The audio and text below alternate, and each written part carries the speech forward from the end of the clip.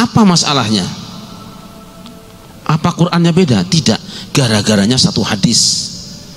Taraktu fikum amrayni lan tadillu ma in tamassaktum bihima kitaballah wa sunnat rasuli. Saya bertanya kepada Allah, lain ulama tempat nanya sudah begitu, nanya kemana lagi kita? Bayangan kitab-kitab kecil yang pernah saya baca. Wong di rumah saya tuh kitabnya nggak banyak. Nah, tafsirnya paling cuma 50 judul, kan kurang itu. Oh, ternyata benar. Keributan, keretakan dan kebencian yang muncul di tengah dua kelompok ini bukan karena salah hadisnya, bukan karena salah ayatnya, tapi kurang pernah menempatkan ayat dan hadisnya. Yang dimaksud adalah qiraatul Quran. Karena apa? Quran yang ada hari ini itu berdasarkan riwayat dari Rasulullah SAW secara mutawatir. Kemudian disimpulkan ada yang mengatakan bahwa qiraat itu cuma ada 7, artinya 7 Quran. Di antara imam yang 7 punya 2 murid-murid yang diambil, jadi ada 14 Quran hari ini minimal. Bahkan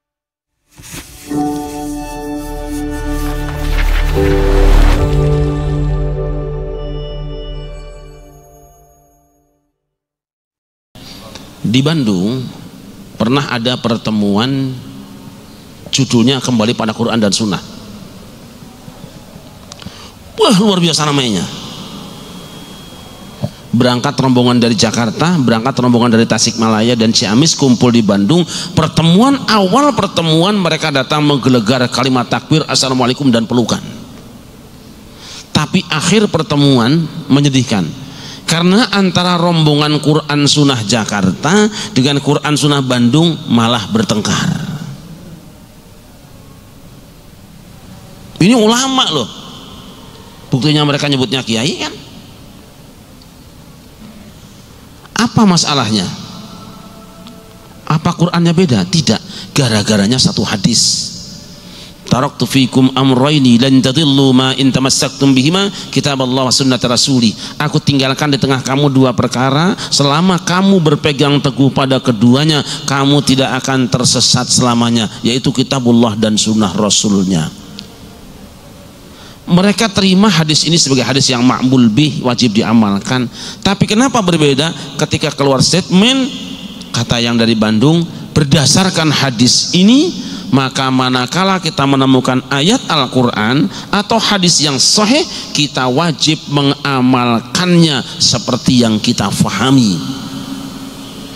Yang dari Jakarta interupsi, tidak. Meskipun ayatnya jelas, hadisnya jelas, belum bisa kita amalkan sebelum kita bertanya bagaimana penjelasan ulama salaf dalam masalah ini. Kata yang dari Bandung, kalau gitu mah 3 atau bukan 2, Quran, hadis dan salaf. Kata yang dari Jakarta, bukan, ini adalah hak monopoli, bahwa penafsiran Quran dan hadis itu milik ulama salaf. Sampai wafat sang ketua umum Ormas tadi belum sempat diselesaikan, dan sampai hari ini konflik pembicaraannya masih berkesinambungan.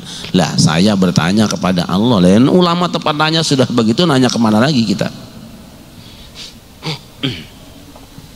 Akhirnya terlintaslah bayangan kitab-kitab kecil yang pernah saya baca. Wong di rumah saya tuh kitabnya nggak banyak. Nah, tafsirnya paling cuma 50 judul, kan kurang itu. Oh, ternyata benar. Keributan, keretakan dan kebencian yang muncul di tengah 2 kelompok ini bukan karena salah hadisnya, bukan karena salah ayatnya, tapi kurang pernah menempatkan ayat dan hadisnya. Kenapa?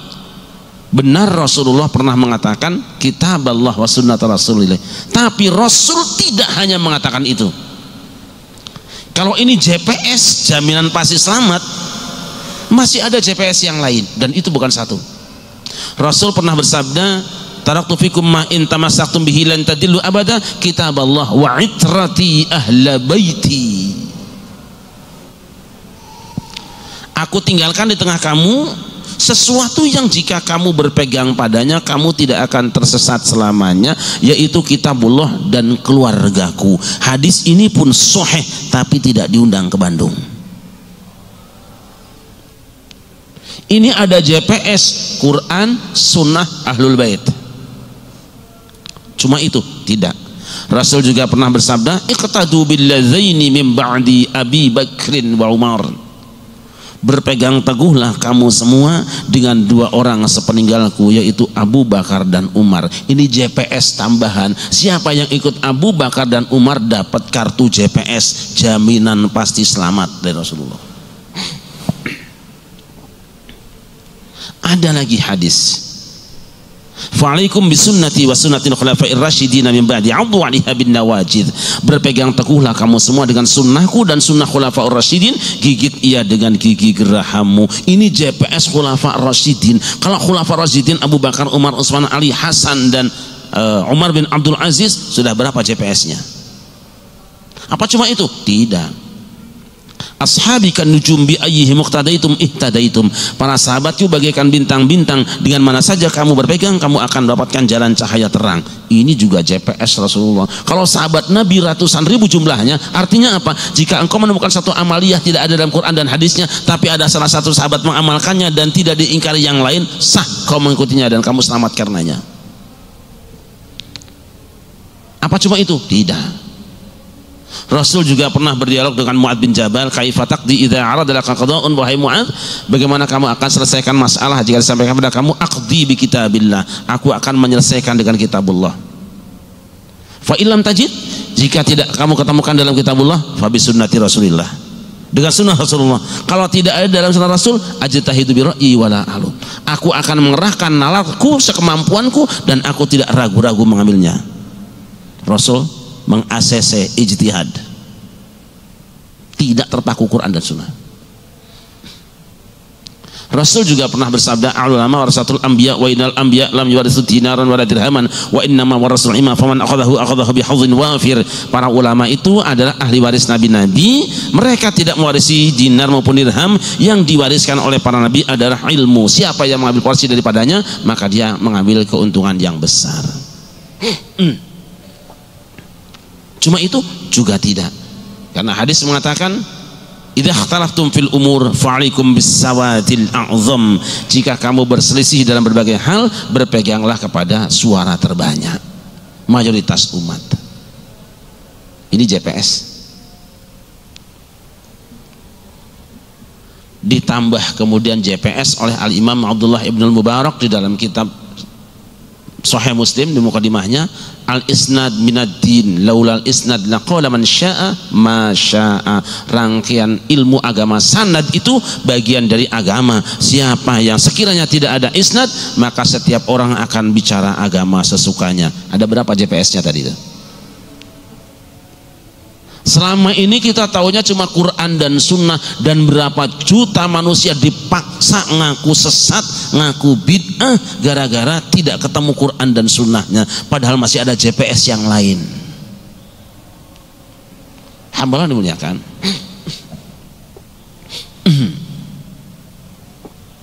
Kita ambil contoh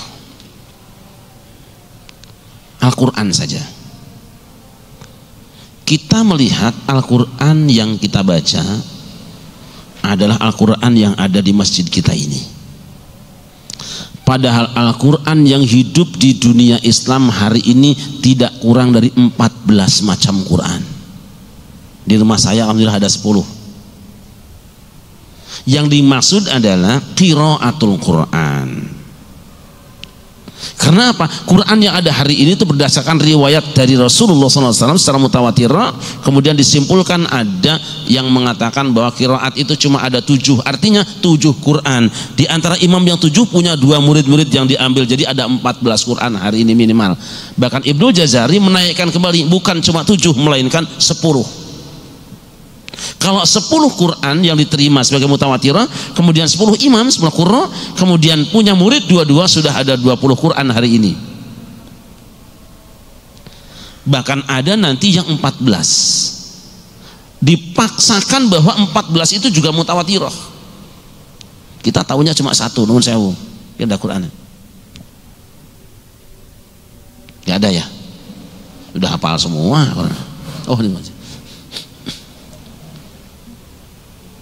Al-Quran yang kita baca hari ini mungkin di sini dan yang sering kita dengar di imam-imam Masjidil Haram itu cuma Quran ini. Padahal aslinya ini hanya 1 dari 14 Quran yang ada hari ini.